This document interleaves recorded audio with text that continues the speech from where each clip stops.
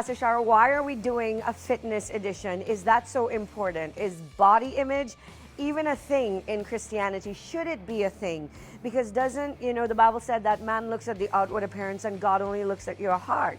Why is your heart so important? Why is it important that your body matches what's on the inside? Is obesity a sin? All of those are really, really, really good questions. We live in a day and age where it is very important that people feel comfortable in the bodies they're in. In fact, there's a thing known as fat shaming. And there's another thing known as skinny shaming. And apparently you could be ashamed about anything these days. And so we want to just set some things really, really straight.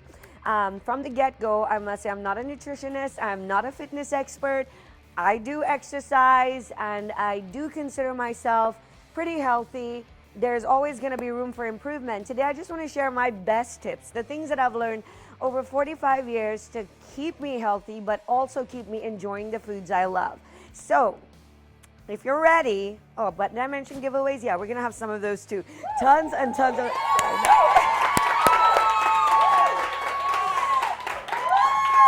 We're going to dispel some myths today. We're going to talk about your body type. And because not all types of nutrition is right for all body types. Not all types of exercise will work for us. And some of us may have stronger upper bodies, some of us stronger lower bodies, and you might be killing yourself doing butt exercises trying to grow your glutes, and this time the only thing you're growing are your sides, and you end up looking, more straight than hourglass. So we're going to talk about those kinds of things, and I just want to clear this up as well. The ideal body type, what is that? Fact is, we don't know.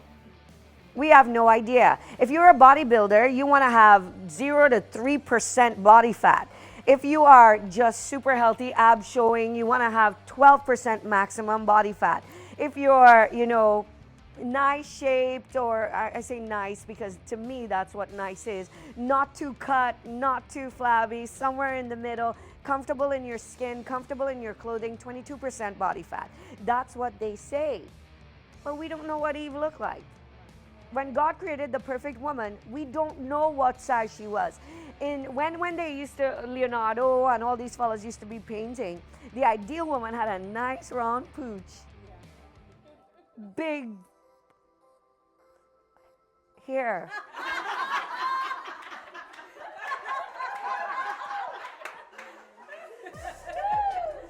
So I'm telling you girls, if we went with the fads and if we decided to shape our own body image based on what the media says and what magazines say and what Instagram and social media says, we would be blowing ourselves up, deflating ourselves, shrinking this, swelling that. It would be a whole barrage of nips and tucks. And so that's why it's so important to know what your body is going to look like optimally. Everybody won't be the same. I tell people all the time, some people just have bigger skeletal structures. Some people just have smaller ones. And for me to look at somebody who was meant to be, a size 4 her whole life, and I was meant to be an 8, and say, well, I'm not good enough because I don't look like her, is not only unreasonable, I think that that's a slap in God's face, because he's the one who made us the way he made us.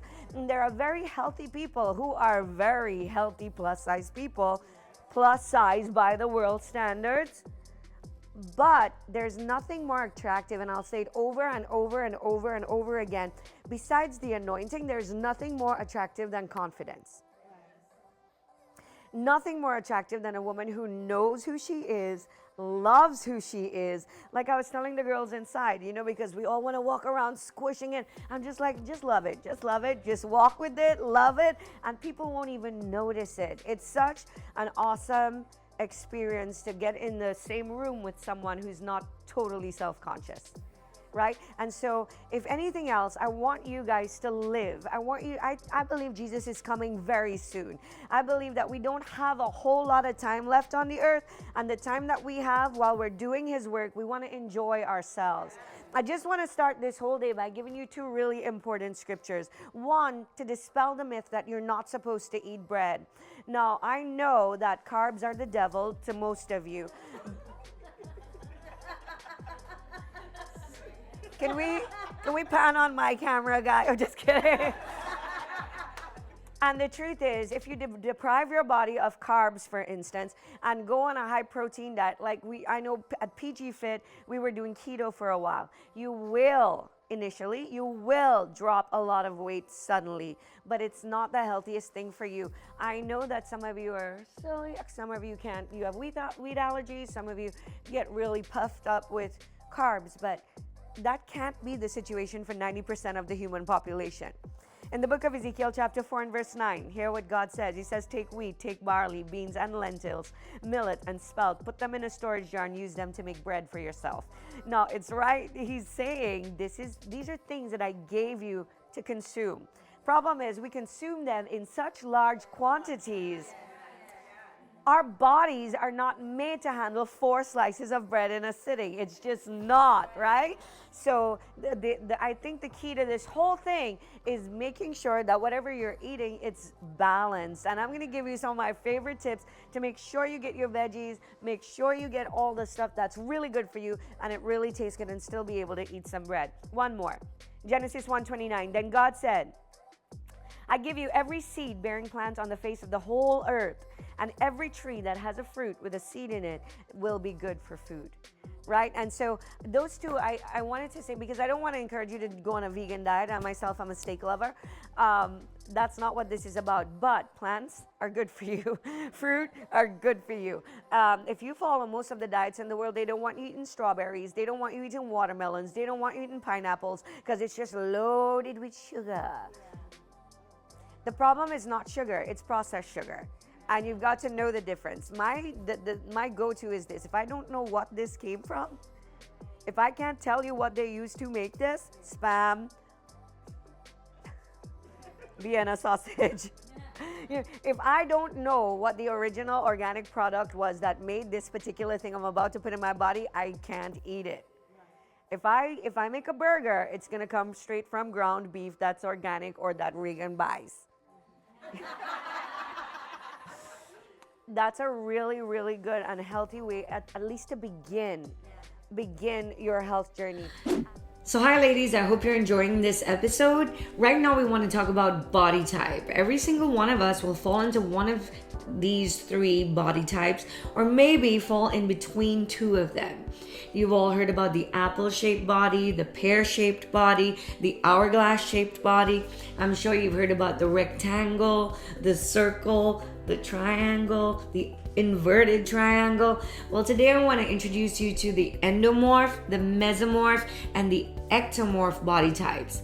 As you see in the diagram right now, each one of these represents a different body type. Now, why would you need to know? Because you can't diet the same way across the board and expect the same results if your body is a different body type. For instance, if a bunch of us go on a ketogenic diet, so we cut carbs completely out of our diet, we cut sugars, we start binging on good fats, and we start binging on high proteins, you'll see that some of us will begin to lose weight instantly, while others of us are still struggling and doing half a pound a week or something like that.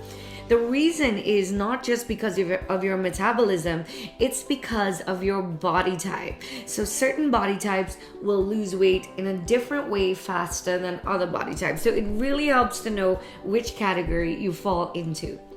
So first, let's put up the endomorph body type. About 70% of us will fall into this category.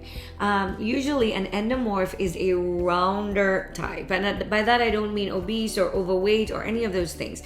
It means that you're pretty proportionate, but you tend to gain weight in your lower body areas. So your thighs, your hips, your belly area. All of those are where you kind of store your fats. And so you're maybe a little bit fluffy to the touch. Is that a word I can say? Yeah, you're a little bit softer. So in other words, your muscles, it's harder for you to gain muscle, hard body muscle. You can work out, you can do a lot of cardio, and you may drop weight consistently, but you never get those bodybuilder results that you think you should get. And that's an endomorph. So you might lose weight easily, but you gain weight easily. You might lose fat, but the muscle that you gain, it's easy for you to lose.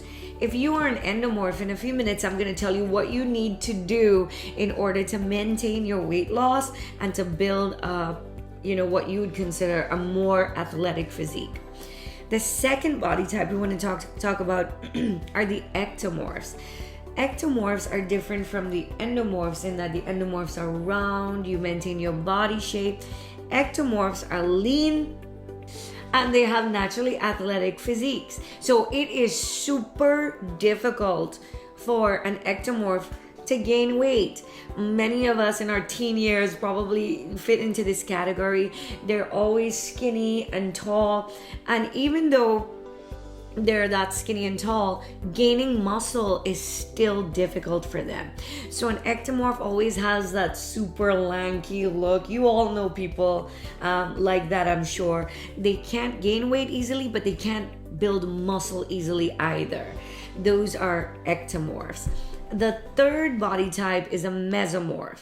The mesomorphs are the luckiest, it seems, like they won the genetic lottery, in that they can gain muscle if they would just start doing heavy weight reps. They can lose weight if they cut carbs.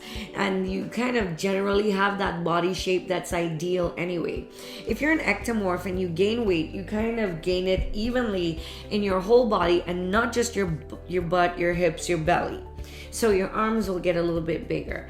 Now, it's easy to mistake a mesomorph for an endomorph if that mesomorph is a little bit overweight. So you start getting rounder, fluffier, and you start thinking, well, I'm an endomorph because I'm gaining weight easily.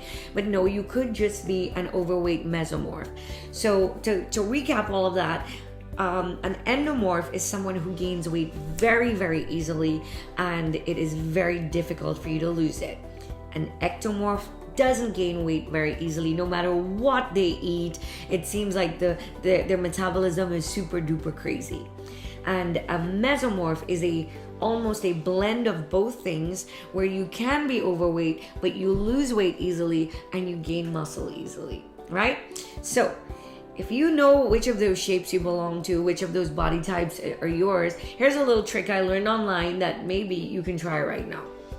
And I don't know if it just works because of the weight that you are, but this is a trainer that showed this. If you take your hand and just wrap it around your wrist like this, and your fingers wrap all the way around, and you have all of this left, kind of like what's happening to me right now. See that? That's a lot right there. Then chances are you are an ectomorph, right? I'm not, but more likely than not, because you're super thin and lean anyway, your hands will wrap around a complete circle, and then you'll probably have another joint left over. So those are ectomorphs. If you are a mesomorph, your middle finger and your thumb will just touch, or just be a little bit over. Now that's where I fall on this scale as a mesomorph, but it's a comfortable fit, around your wrist. If you barely touch, if your fingers, and now this is not just because you have a fatter wrist, your fingers are generally shorter as an endomorph as well. So you barely touch or you don't touch, chances are you are an endomorph. Now, I don't want you to be discouraged and think, well, if I'm an endomorph, I'll never be able to lose weight. Or if I'm an ectomorph, I'll never have a beautiful, hourglass figure. Or if I'm a mesomorph, I can eat whatever I want or whatever. It's not really about who has the right shape. It's how to eat for your body type to have your ideal, or where you're comfortable in your own skin. So I'm going to give you just a few examples of what you should eat if this is your body type to have your ideal figure. Okay. What to eat according to your body type in order to lose weight or to have what you consider your ideal weight or your ideal shape. First of all, if you're an endomorph, a diet or a lifestyle that is high in protein, low in carbs, like the ketogenic lifestyle, will allow you to lose weight. And so endomorphs lose weight best on a ketogenic lifestyle. You eat good fats, you cut your carbs, and you pack on the protein. Now, this is a warning to you endomorphs who think that is enough. What you will do is lose some weight, but what you won't do is gain muscle by just eating proteins. What you have to accompany that kind of eating lifestyle with is heavy weightlifting. Not too much cardio, not hours and hours of running. You will notice even if you run and bike for hours, your body shape is not changing fast enough.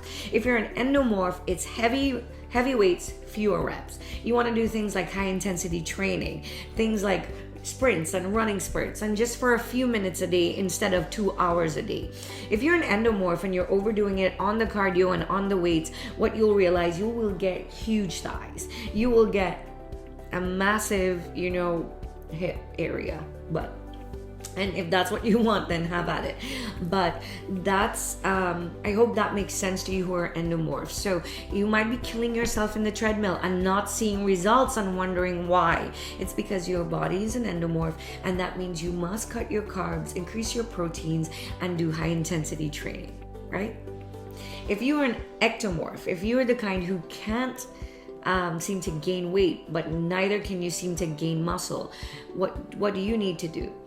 Eat more calories. I know, it's like, why couldn't I be an ectomorph? Well, if people who have an ectomorph body type eat too few calories, what ends up happening is your muscle melts before your fat ever melts, because there's not much fat on your body anyway. So what kinds of exercise would you do? You would do cardio coupled with more reps, lighter weights, followed by heavier weights. These are the people who will become the bodybuilders, but they pack on the protein, they pack on the carbs. If you're an ectomorph and you're not getting enough carbs, all you do is stay skinny. Do you know those kinds of guys? They're thin, they work out, they're 2 hours in the gym and come out looking thinner. All you do is build lean muscle. Why? Because you're not eating enough carbs. So an ectomorph would go from a 1500 calorie diet to more like a 2500 calorie diet, and just then begin to pack on upper body muscle or whatever kind of muscle. You can't just lift the weights. You can't just do cardio as an ectomorph. You will not build the muscle you're looking for. Thirdly, if you're a mesomorph, you get the best of both worlds, but you can't overdo it on anything. You can't eat too many carbs, you can't do too many proteins, but you can eat a healthy, probably 70-30 blend of both of those things in order to feed your muscles and build your muscles. Mesomorphs can run, they can bike, they can do some weight training, and more often than not, you're balanced on the top as you are on the bottom. Problem is though, mesomorphs get very comfortable and we want to binge eat and we want to have pizza because we don't gain a lot of weight suddenly, and then all of a sudden you wake up and you're 40 pounds over what you wanted to be, or you have a gut where you didn't have a gut before. You know what I'm talking about, right? You got cellulite, you got, whatever, you just look different and you don't know when it happened. And so we blame age and we blame hormones. And but if you are a mesomorph, you need to eat your calorie limit. So we're not calorie counting, but we're making sure that with every meal we get vegetables, we get fruit, we get our sugars from natural sources. We don't binge on soda. We make sure that since our body is so good at metabolizing or is not shutting down when we feed it things like carbs, we make sure that we choose the healthier whole grains, or we choose things that don't overdo it on the rice. Mesomorphs generally crave a carb, but if you overdo it, you end up building your storing your fat in the wrong places. So that's what the 3 body types are. I would love to know which you are, and if you're having problems trying to figure it out, I would love to help you. Say so in the comments below and I'll try to guess your body type or give you more clues so you can figure it out. Registered dietitian. Those are the credentials that you're looking for when it comes to really good information about nutrition. Okay, so my first one would be try to increase fruits and veggies. So we all know this already. Just as a general population, we usually don't get enough. So try incorporating some more fruits and veggies into the meals you eat. Just start off slowly and just try to do that. And then something that's very important is making sure you're drinking enough water. That's something that gets overlooked a lot. Yeah. But it's really important because nothing else really works if we don't have enough water. So make sure you're staying hydrated. And then we also want to try to lean towards whole grains. So these are things like brown rice or whole wheat bread or things like that. And it doesn't have to be all the time, but whole grains have a lot of extra benefits like fiber and some minerals and vitamins. So we want to try to incorporate those as well. And then we also want to lean towards more unsaturated fats when it comes to using fats. So these are going to be more liquid at room temperature, so more of the oils instead of something like butter. Again, not all the time, but some of our essential fatty acids like omega-3s, you've probably heard of that before, those are unsaturated. So we want to look for more of those sources as well. And then we also want to make sure we're getting adequate amounts of all three macronutrients. So these are carbohydrates, fats, and protein. And all three are really important for how our body functions. Different organs like different ones for energy, and we need them all to build things in our body. So we want to make sure we're getting all three of those throughout the day, okay? And then some other things. So we want to be careful with supplements. So things that come in a bottle, so a vitamin or mineral or something like that in a bottle. We want to be careful. We want to check for a deficiency first because you might not need to take it. And then a lot of these things have upper limits, which means we don't want to go over that because it could be worse. So we want to make sure we're checking for the serving sizes on those bottles and making sure we're not getting too much, right? And then something that is important is that Sarah, yes. did you guys know that, by the way? No. So if you like, say for instance, potassium or just pick a vitamin and say because we heard that it's a really good idea to have potassium, so we get a supplement that gives you another 300% over what the daily the value is. Can that hurt you? Is that what you're saying? Would you eliminate that? It depends. So too much potassium can actually not be so great for our hearts. We want a normal amount. And usually we want to try to get those things from food first. But if there's a deficiency, then we can supplement. But we don't want to go 300% because that's way too much. So some things we can excrete. Sodium, usually we can if we have good kidneys, but some things can't. So things like vitamin A or vitamin B12. So none of this nutrition stuff really matters if you're not getting enough food. So we want to make sure if we have food insecurity or something like that, get help, use resources, make sure you get enough food first because none of the rest of it matters if you're not actually getting an adequate amount of food every day. So that's something that's really important. If you need help, don't be afraid to go out and get help for that, okay? And then we also want to listen to our bodies. Yeah, there's no problem with asking for help when it comes to stuff like that, right? And we also want to listen to our bodies. So pay attention to your energy. If you're not having enough energy, you might need to eat some more. And pay attention to how hungry you are, how full you are. No one knows you better than you, so pay attention to what your body needs. And another tip is let go of food rules. So there's no perfect way to eat. There's no magical food. Nothing like that. There's only what's best for you and recommendations. That's all. So let go of food rules. Don't let food rule your life. It's a part of life, but it's not everything. And it shouldn't be the focus of your day. It should just be something that, you think about when you have to, but you shouldn't be thinking about it all the time, right? So let go of thinking that you have to be perfect because you don't. There's no such thing. So my last tip is to be aware of food marketing. So sometimes companies will say things like guilt-free or smart or things like that. It doesn't mean it's better. It just means that they want money or they want to sell it a certain way. So be aware of food marketing. Might not always mean what it says it means, right? So you don't have to pay attention to everything. There's all this extra stuff sometimes when it comes to nutrition, but the basics are really simple, like the first few things I said. So I really like that last one too. And you guys know that like Kellogg's red berries. when they first brought Kellogg's red berries out, it was as a diet food, you know that? Right. Yeah. Yeah. It was eat this every morning and Mhm. lose 20 pounds. That's how they marketed that. Yeah. When the truth is that is just packed, Mm-hmm. packed with sugar, and you don't actually lose weight on that.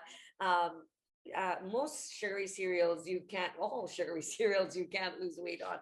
But I really love that she didn't say no rice and no bread. Can I get a hip hip? How do you know if you have the right amount of nutrients or vitamins? Okay. And how do you know if you have like a deficiency? How would you know? Okay, so that's a good question. Mm. Sarah, Hazel wants to know, how can you tell really if you're getting enough of something or not, or if you're deficient in something? Do you have to see a nutritionist or a dietitian to know, or can you tell from your own body? Yeah, so for a clinical deficiency, so if we're looking at like levels of a nutrient in our blood, you would have to go to the doctor and get a blood test for that. And a lot of them also have symptoms. Some of them are specific, but some of them are more vague, like fatigue. A lot of them will be like things like fatigue. So you could go to the doctor and get your symptoms checked out. There's sometimes you might know for kind of the macronutrients. If you're really low on energy, you might need more carbohydrates because that is our body's preferred source of energy is glucose from carbohydrates. Or if you're noticing that your muscles are kind of breaking down a little bit, or you're not being able to maintain that, if you can feel that, you might need more protein, things like that. So there's sometimes you can tell, but if you're not feeling well, if you just have these vague symptoms, you should go to the doctor and actually go and check to see if something's going on. Does anybody else have another question that you want to ask? Good. Well, Sarah, thank you, my love, Yes, for being thank here. you. All we gotta do is get you to come to New York and see us in person. And that Yes, would be I need to. Love you. Thank you. Love you too, Auntie. Thank you, guys. Bye.